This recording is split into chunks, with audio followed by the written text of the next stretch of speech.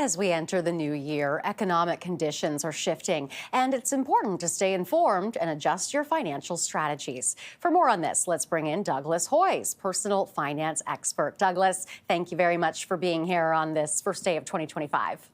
Happy New Year, Renee. Now, you are a licensed insolvency trustee, so you meet with people with overwhelming debt. What are your top tips for people dealing with debt heading into the new year? Well, the most important thing to realize is debt does not go away on its own. And the people we're meeting with tend to have very high interest rate debt. They've got credit cards, payday loans. So the interest really adds up. So you want to do whatever you can to reduce that debt burden. So either try to increase your income, easier said than done, or reduce your expenses. And we all know what's happened with inflation over the last year or so. And if that's not possible, then a consumer proposal is a solution that an increasing number of Canadians are resorting to eliminate their debt. So I think that's what we're going to be seeing a lot more of in 2025. I see. When you say consumer proposal, what do you mean?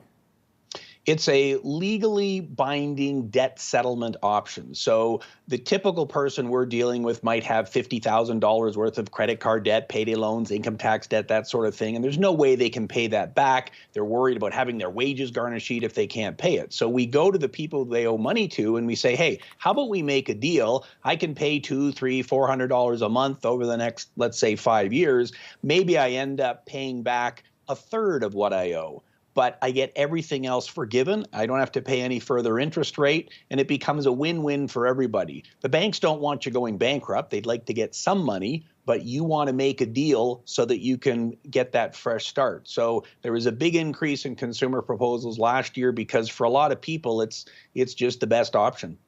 So what kind of changes are coming when it comes to our finances this year?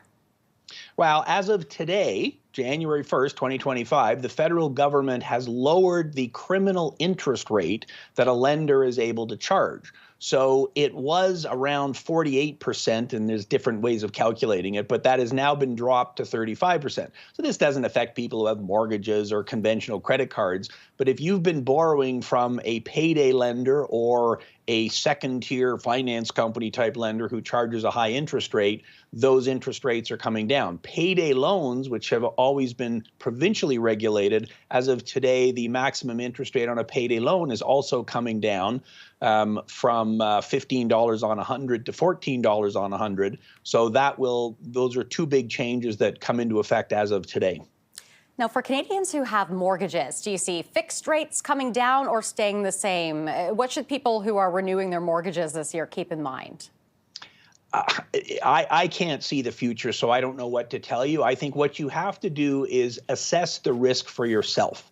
So the advantage of locking into a fixed rate for 5 years is you know exactly what you're going to pay for the next 5 years. I'm not saying that's what you should do, but if it's something that's affordable for you, that's something you should consider. Obviously, interest rates have, bounced around over the last few years. The advantage of a variable rate is when interest rates go down, you win, but obviously that can backfire if they go up. So I think you've got to assess your own personal situation. What level of risk are you willing to handle, and then pick the appropriate option based on that. Okay, good advice. That is our time. Douglas, thank you very much for being here with us today. And once again, a happy 2025 to you. Thanks, Renee. You too. Thank you very much. That is Douglas Hoyes, personal finance expert.